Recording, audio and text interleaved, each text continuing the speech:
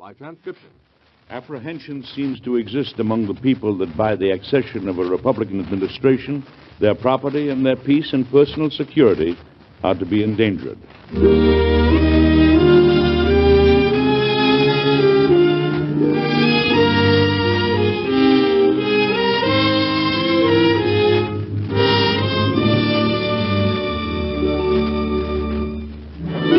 Mr. President, starring Edward Arnold and written by Gene Holloway.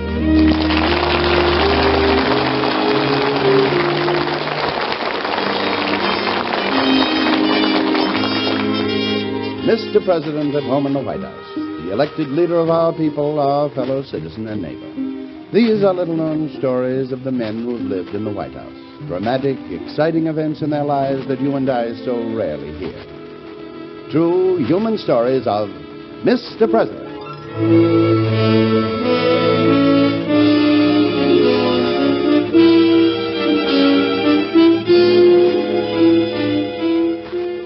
In just a moment, we'll bring you Edward Arnold as the man in the White House.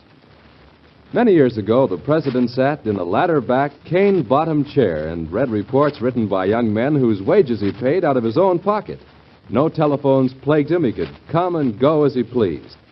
Today, the president sits in an air-conditioned office, surrounded by telephones. If he wants to walk, he must stay inside the White House grounds. From the ladder-back chair to air conditioning, from then to now, many presidents have lived in the White House. Men of differing personalities, tempers, and talents. Our Mr. President's job is to play them all, and he's done it. Edward Arnold has become the man in the White House. On the street and in stores, he's greeted with, "Hello, Mr. President, we like the show." And we know you'll like it, too. So listen now and see if you can name the president upon whom this episode is based.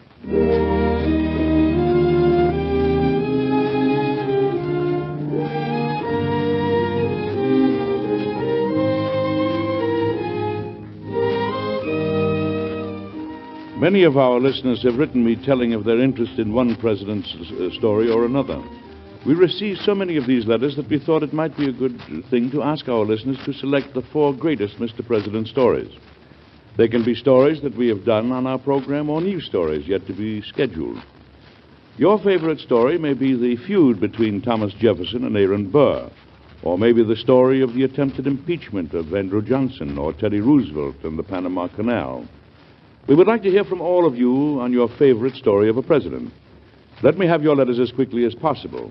Once the letters start pouring in, we will be able to pick the 4 stories our listeners feel are the greatest. Send your letter to me, Mr. President, Edward Arnold, the American Broadcasting Company, New York, New York. I hope to be able to schedule the first in this new series early in February. And now, for today's Mr. President story that happened in Washington a few years ago. Listen closely and see if you can tell who the president was. The president-elect was alone in his hotel room talking to General Scott. I want you to know that we've taken every possible precaution for your inauguration. General, I feel very sad. The precautions are necessary.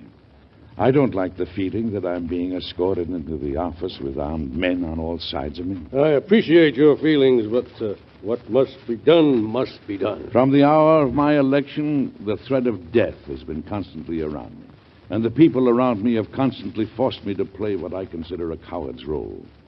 I don't want guns between my people and me. I want to stand before them, fearless in the sunlight.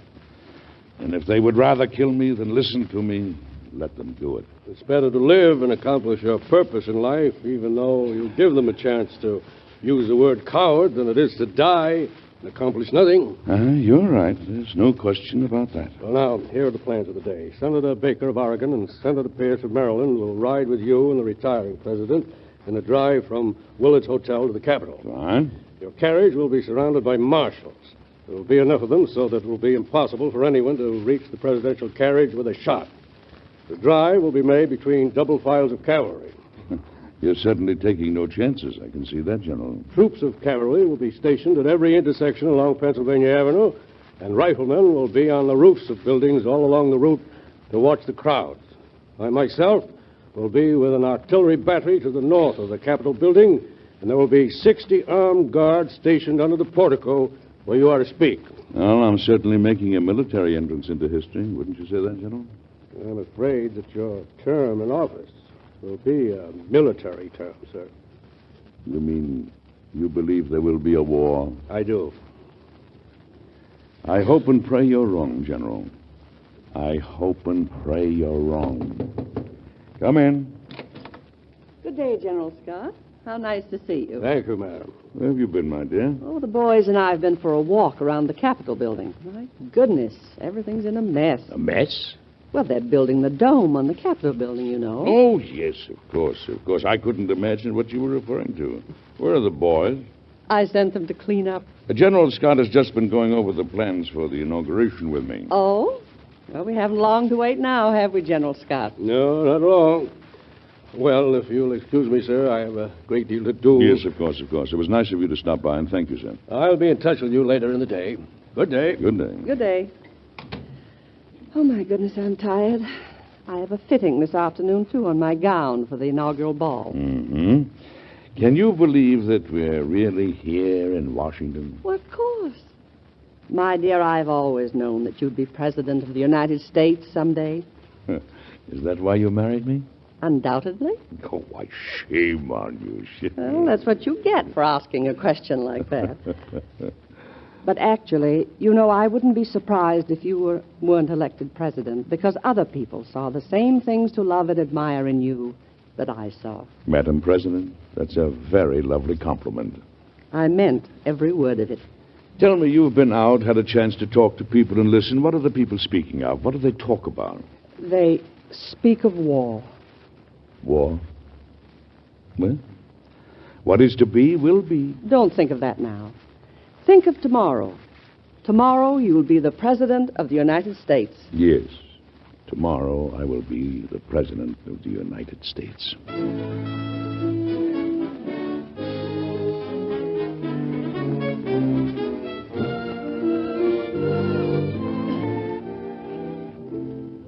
Fellow citizens of the United States, in compliance with a custom as old as the government itself, I appear before you to address you briefly and to take in your presence the oath prescribed by the Constitution of the United States, to be taken by the President before he enters on the execution of his office.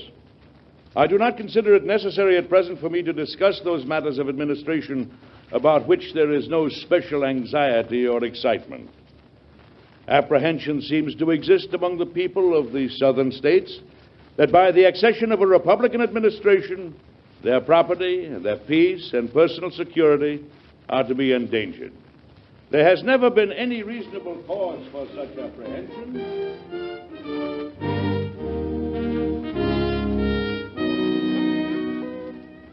Mr. President, as is customary for the retiring president, I now turn over this house, the executive mansion, to you and your family. Thank you.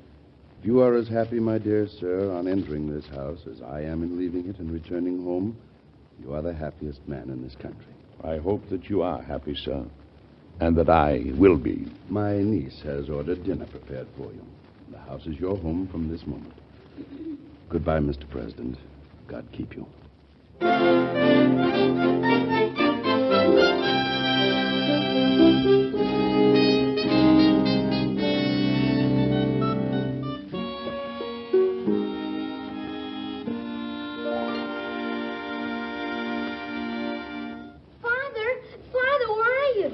I'm here in the office, son. Oh, this room. Ooh, what's the matter with this room? Nothing, but it's not as good as some of the rooms. Willie and I have been all over the house. Ooh, where is Willie? He's down in the kitchen talking to the cook. He's hungry. Oh, well, aren't you hungry? No, I talked to the cook about an hour ago.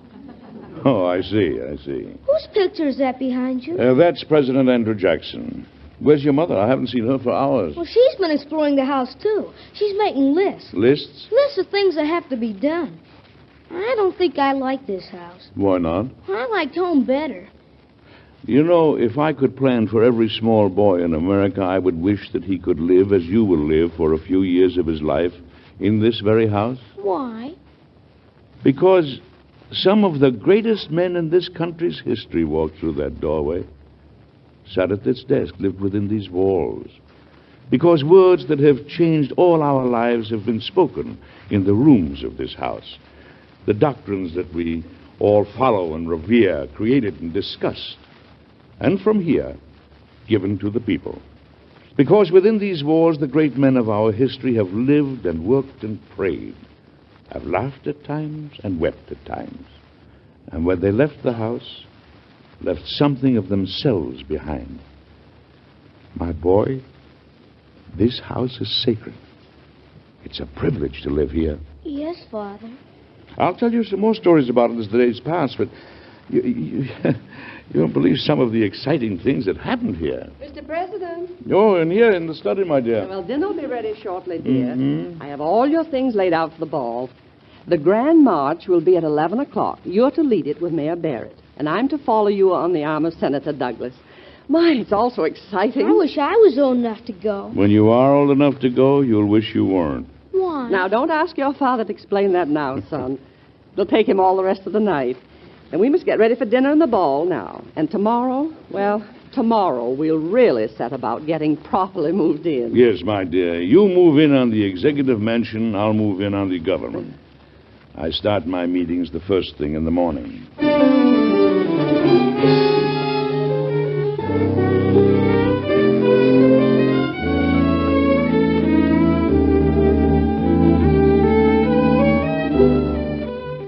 Goodness, you're back, Mr. President. The committee from Virginia is waiting in the study. Oh, thank you, my dear. They're a little ahead of time. They arrived right after you left for the cabinet meeting. I tried to entertain them the best I could, but, I've got so much to do, dear. I see. But I'll go right in. Good day, gentlemen. Good day. I'm sorry I've kept you waiting so long. Mr. President, we know you are busy, and we'll come straight to the point. We have come direct from the Virginia Convention.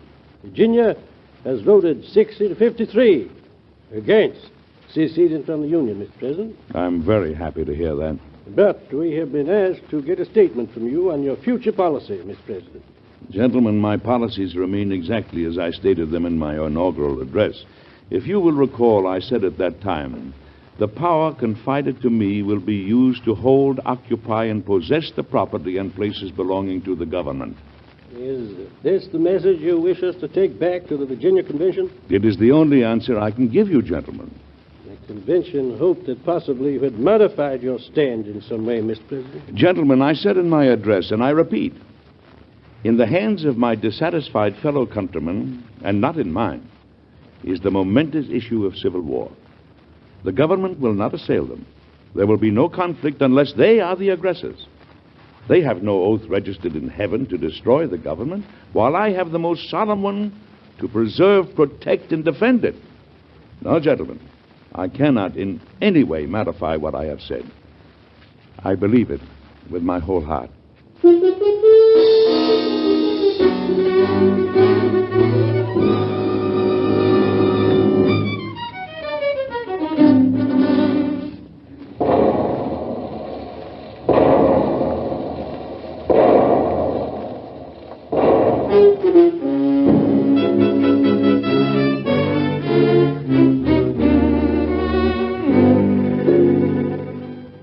Mr. President, you know, of course, Fort Sumter has surrendered. Yes. General Scott, I have just issued a proclamation calling upon the loyal states to help preserve the Union and to furnish 75,000 volunteers to fight if necessary.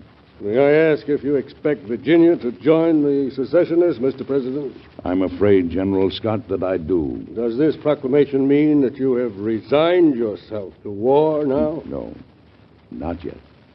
Not yet.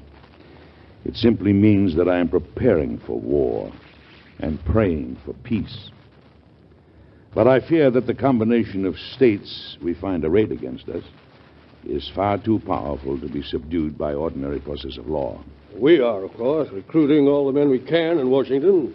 We have one division of 3,500 men ready for service. That's splendid, General. They are under Colonel Stone. With your permission, he wishes to send the division to seize 10,000 barrels of flour that are waiting to be shipped from the Georgetown flour mill. Seize the flour? Seize it? There is only enough flour in Washington to supply the people with bread for 3 days. We need that flour. Well, what does Secretary of War Cameron say? Have you spoken to him? He says take it. There are 60,000 people here that must be fed, Mr. President. The city should be cut off from the rest of the country. We would need that flour desperately. Well, General, If such measures are necessary, then take it. Mr. President, if war should...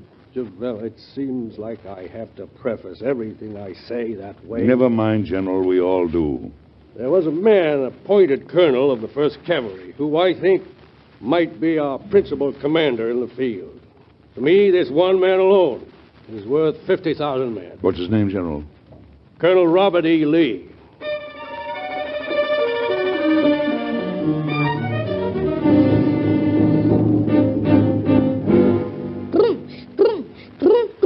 What on earth are you doing, son? I'm practicing to be a volunteer fighter. So's Willie. Where's he? Willie's practicing in the kitchen in case he gets hungry while he's drilling. Willie is such a practical boy. We've got to be ready to fight because everyone says you aren't going to get any volunteers. Who says that? Oh, people. I've heard lots of people say it. Don't you believe enough people have faith in this government to fight and defend it? Do you, Father? Yes, I do. But no volunteers have come. No. No volunteers have come. Not yet. Not yet.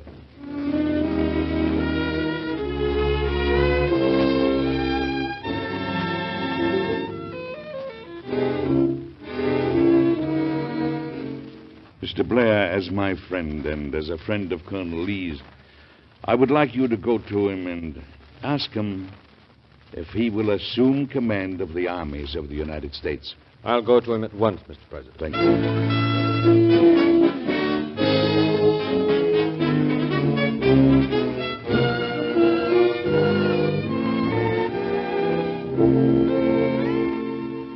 Mr. President, you must get some sleep. You know, sometimes I wonder if I'll ever be able to sleep, really sleep again. Do you realize they could bombard Washington from the heights across the Potomac? You asked for volunteers. Have you had any response yet? Of course, it's early. Early or not, I've already had a storm of protest saying that my request was unconstitutional and revolutionary, that I was pushing this country into a war, that I was... Well, there's no use of going over it all again. I wanted the volunteers as a defense measure only. I've made it clear, I thought, all along that this government would never be the aggressors. But people don't believe me. Now, who could that be? I don't know. Have you an appointment this late? No. Good evening, Madam President. Oh, good evening, Mr. Blair. Oh, come in, Mr. Blair. I'm awfully glad to see you. Come in. I've just come from Colonel Lee. Sit down, won't you? Thank you. I hope you have good news for me. I certainly need some tonight. I'm afraid not, Mr. President.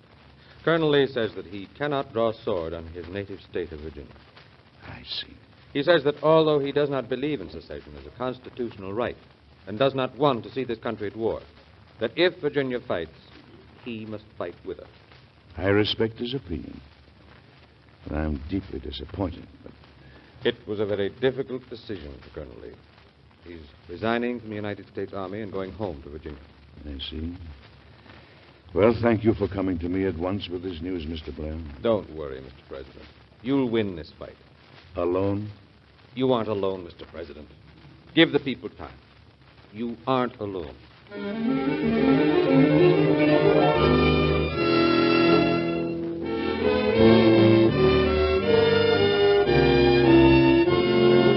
In just a moment, we'll come back to Edward Arnold and Mr. President. It doesn't take much remembering to remember the 42,000 victims in last year's record-breaking polio epidemic. That's right, the number of victims was 42,000, of whom 60% were children under 10 years old. Thousands of those stricken youngsters are still sick, still under treatment, still in need of help. The help you can lend by giving to the March of Dimes. The National Foundation of Infantile Paralysis cares for everyone who needs it, carries out research, and stands as the greatest single effective block against this dread disease, but it needs your help. It needs it more desperately than ever before. This is your responsibility, a responsibility best met by giving your dimes and your dollars. Give and give again to combat polio. Keep those dimes and dollars rolling in to your local March of Dimes headquarters. And now back to Edward Arnold and Mr. President.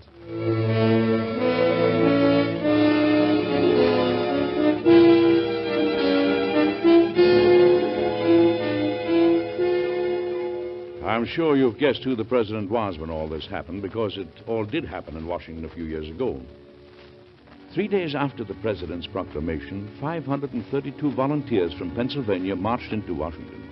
And the next day, the Massachusetts regiment marched up Pennsylvania Avenue. But they came single file, carrying 17 wounded and the sad news of many dead. They'd been attacked and stoned in Baltimore. Mr. President, as mayor of Baltimore, I must inform you that Baltimore considers your proclamation calling for troops an act of war on the South. They do not consider that northern troops have any right to march through Baltimore. Mr. Mayor, I protest that the movement of those troops is not an act of war. They are coming here for one reason only, and that is to protect this city. I appreciate your feeling, Mr. President, but it is difficult to control the people of Baltimore. They have their own feelings. Has Baltimore declared war on the Union? No, Mr. President. I am told that a bridge on the Northern Central Railroad has been disabled and that no trains can cross. Is that true? That is true, but it was done as a peaceful measure, Mr. President, to prevent bloodshed. And there were telegraph wires from Baltimore to Washington. Was this, too, a friendly gesture to prevent bloodshed? Well, I admit that the telegraph offices are in the hands of the secessionists. Mr. Mayor, I must get the troops I have requested to Washington. I will ask them to go around the city of Baltimore in the future. They will not march through the city. But I promise this only in return for your promise that they will not be molested. Because if they are again, it's entirely possible that neither you or I would be able to control what might happen in Baltimore. I will do my best to control the people of the city, Mr. President. Thank you, Mr. Mayor.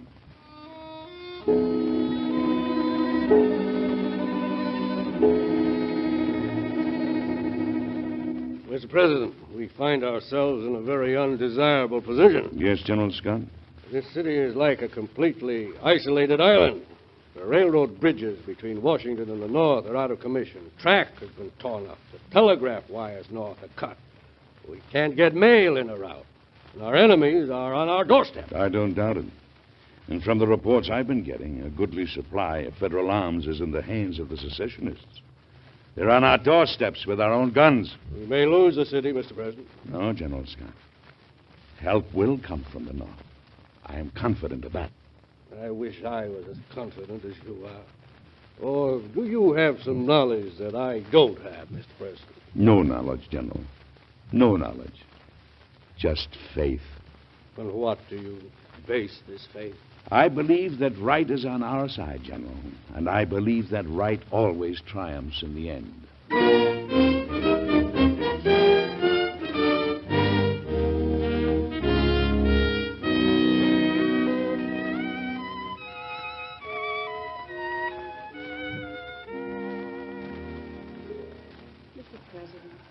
It's almost 4 in the morning. Do you realize that? Oh, why is it really? I had no idea it was so late. Oh, I don't know what to do with you. You don't get any rest at all anymore. What's going to happen to the city, Mr. President? I've been sitting here asking myself the same question, and I wish I knew the answer. Everyone says that you never seem to worry or to be upset about anything. But I know better. I don't dare let them see that I'm troubled or have any fear of the outcome. They search my face for hope, and I want them to find it there. The city is completely shut off. Yes, yes, it is. Do you know at night you can see the Confederate fires on the south bank of the Potomac? I know. I said to someone today that we must prove that popular government is not an absurdity. We must settle this question now. Whether in a free government the minority have the right to break it up whenever they choose. If we fail, it will go far to prove the incapability of the people to govern themselves. Taking the government as we found it, we will see if the majority can preserve it. We'll win somehow. I'm confident of that, Mr. President.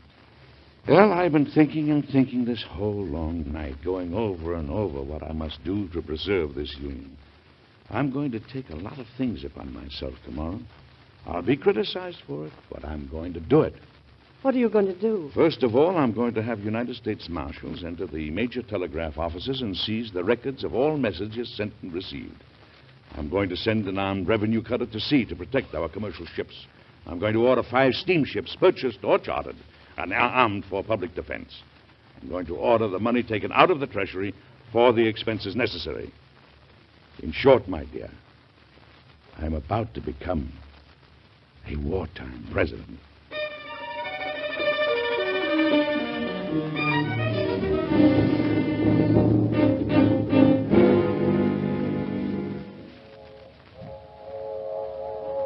Thomas, did you hear that? Hear what, Mother? Well, it sounded like a locomotive whistle. Oh, well, it couldn't have been, though, because no trains have been able to get into the city. Listen! Listen, Thomas, listen!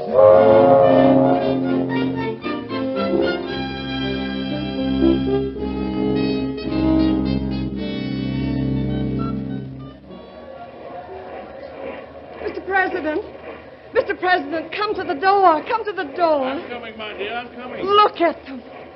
Just look at them! That's the 7th from New York. And behind them are the 1,200 men from Rhode Island and the Butler Brigade from Massachusetts. Oh, they've come, praise be to God. They've come at last. Isn't that a splendid sight, Mr. President? General Scott, how did they get through? How did they manage it? They came by train from Annapolis. They had their own track layers working to put the road in order ahead of the train. There's 10,000 troops in the city, Mr. President. 10,000 troops! Oh, we'll hold the Union now, General Scott. With men like that fighting beside us, we'll save the Union. Yes, we will save the Union.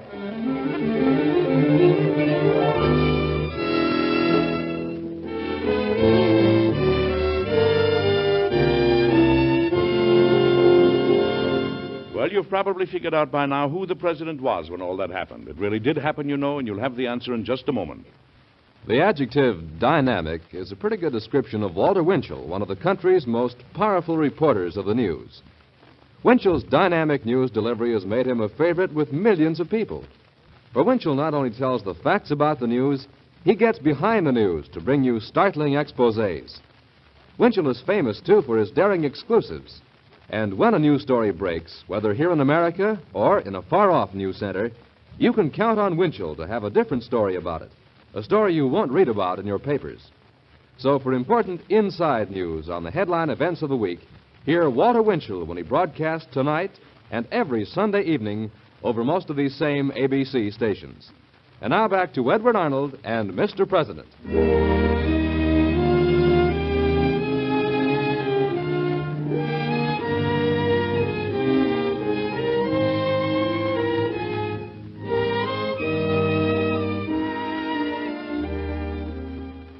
Mr. President, I can hardly believe that it's over.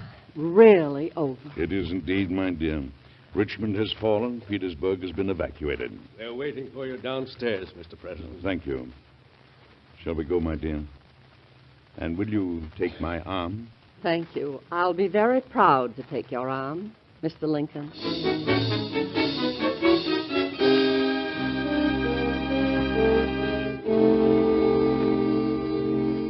Remember to send me your letters giving me your selection of what you think is the greatest presidential story. Send your letters to Mr. President, American Broadcasting Company, New York, New York.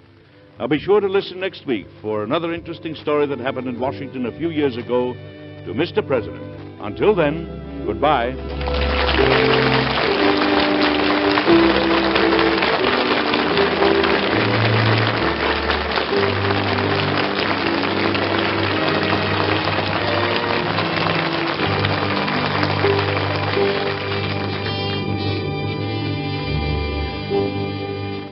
This program is produced and directed by Dick Woolen. Mr. President was created by Robert G. Jennings. Edward Arnold is soon to be seen in the MGM picture The Yellow Cab Man. Today's story was based on incidents in the life of President Abraham Lincoln.